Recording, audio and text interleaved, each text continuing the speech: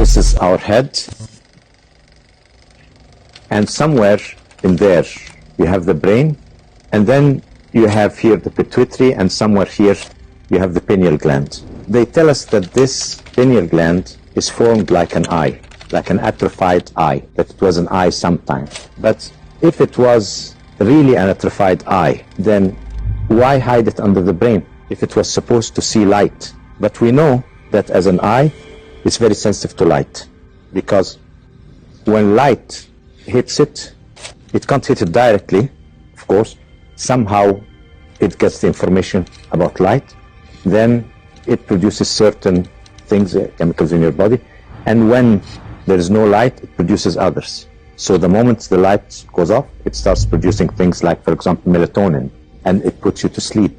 But if this was the main reason for this, then the logical place for it would be somewhere out there. If it's an organ that senses light, the logical place for it would be somewhere where it can get the light. Or why would we need it to begin with? Because the eyes can do it for us. I mean, the eyes can sense the light and send the information to the brain. Why have something that looks like an eye that gets information from outside, but at the same time is pointing downwards under the brain? It must be, when we speak of its relationship to light. Now we are speaking about light being created in our system. We create our light. So it is sensitive, it could be sensitive to something there, but it is also related to some inner light. You know, this point in the ear, when you have your ear like that, in Chinese medicine, you imagine the ear like this to be like an inverted fetus, with the eyes here, the hands here, you see, and the legs here. It's like that. And the points here in treatment, they reflect every organ in your body. So your whole body is present in your ear like that. Now, in ancient times, there was nothing called jewelry. You wear jewelry here, you wear jewelry there. No. At the time when the door was open, you used things on your body for certain interactions with the forces of nature. So this point here in Chinese acupuncture is called the point of inner light. And if you put some crystals or diamonds here, that means you activate through resonance, you enter into resonance with your inner light. So your inner vision gets activated. And when they had the priestesses, the young priestesses in the temples, one of the way to activate their inner vision was to put any type of crystal or diamond here, depending on what you wanted to do, you see. Today, you find people piercing everywhere. Now that's very, very dangerous.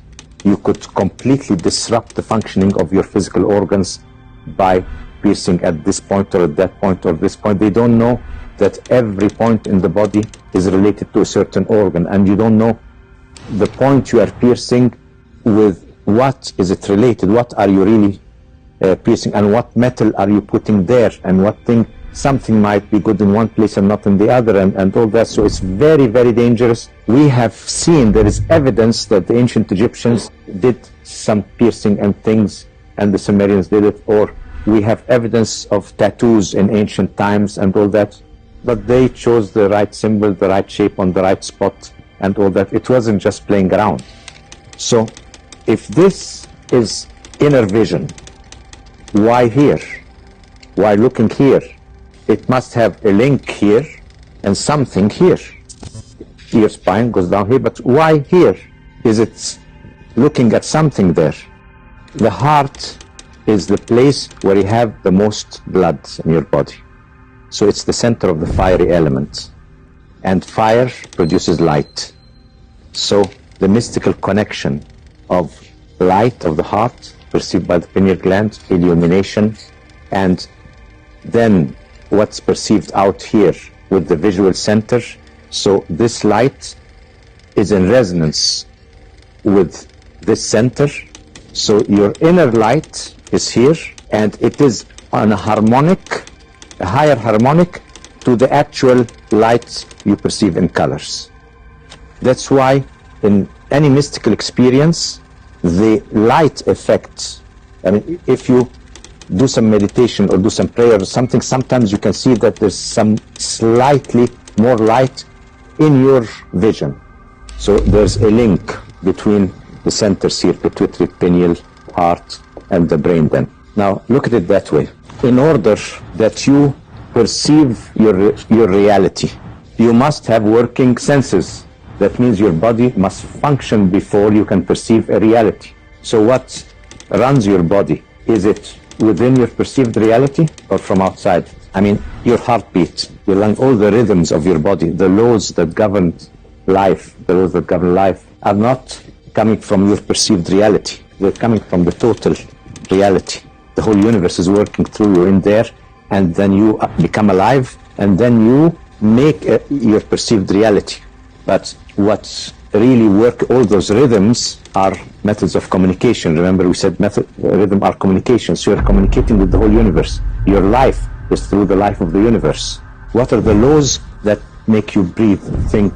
Where do those laws come from? Those archetypal laws must be beyond the perceived reality, because they must be there first for us to see perceived reality. Now, is the light that you see in front of you produced by the sun or by you? No, the sun is radiating energy. Energy, your brain converts it into light. So you are producing the light. So if you want to see your inner light, it's in front of you. You see, it's right in front of you there.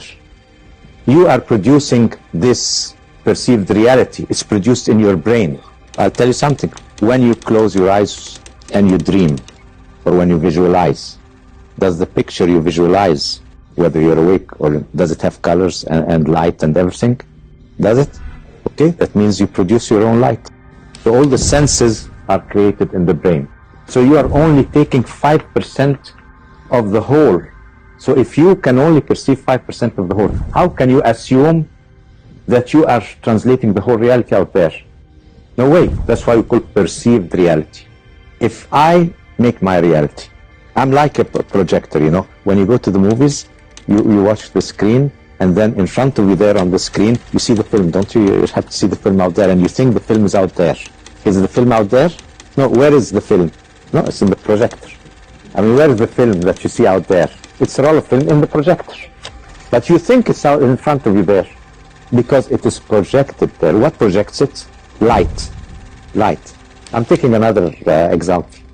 I'm going a step further. Now we went to the step after you produced it in your brain. Now we're taking the next step, you see. The next step is, after you produced in your brain, you have to project it outside.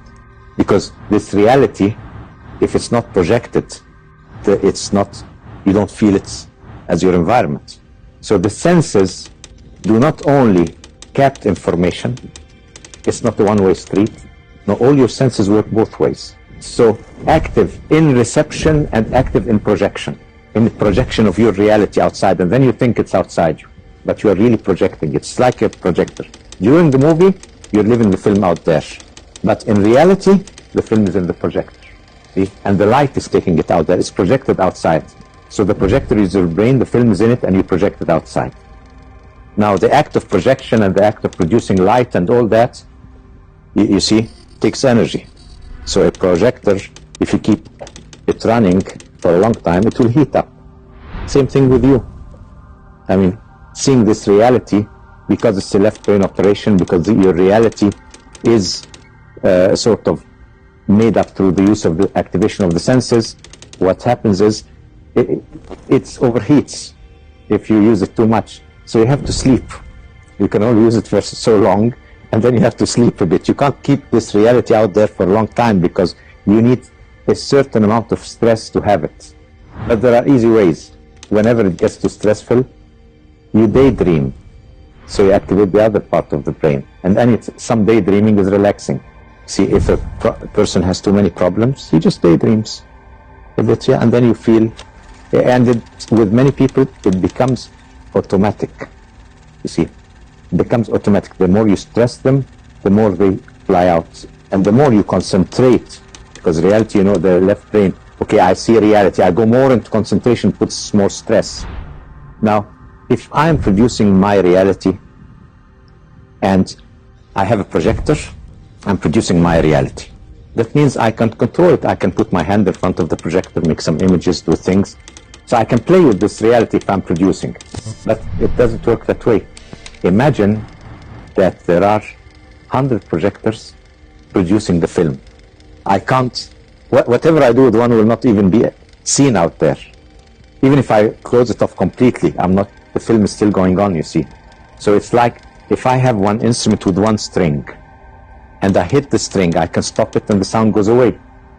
But now if I have a musical instrument, and I hit one string, and that's my string, and then stop it, the sound will not stop. Resonance. So the reality through resonance becomes solid.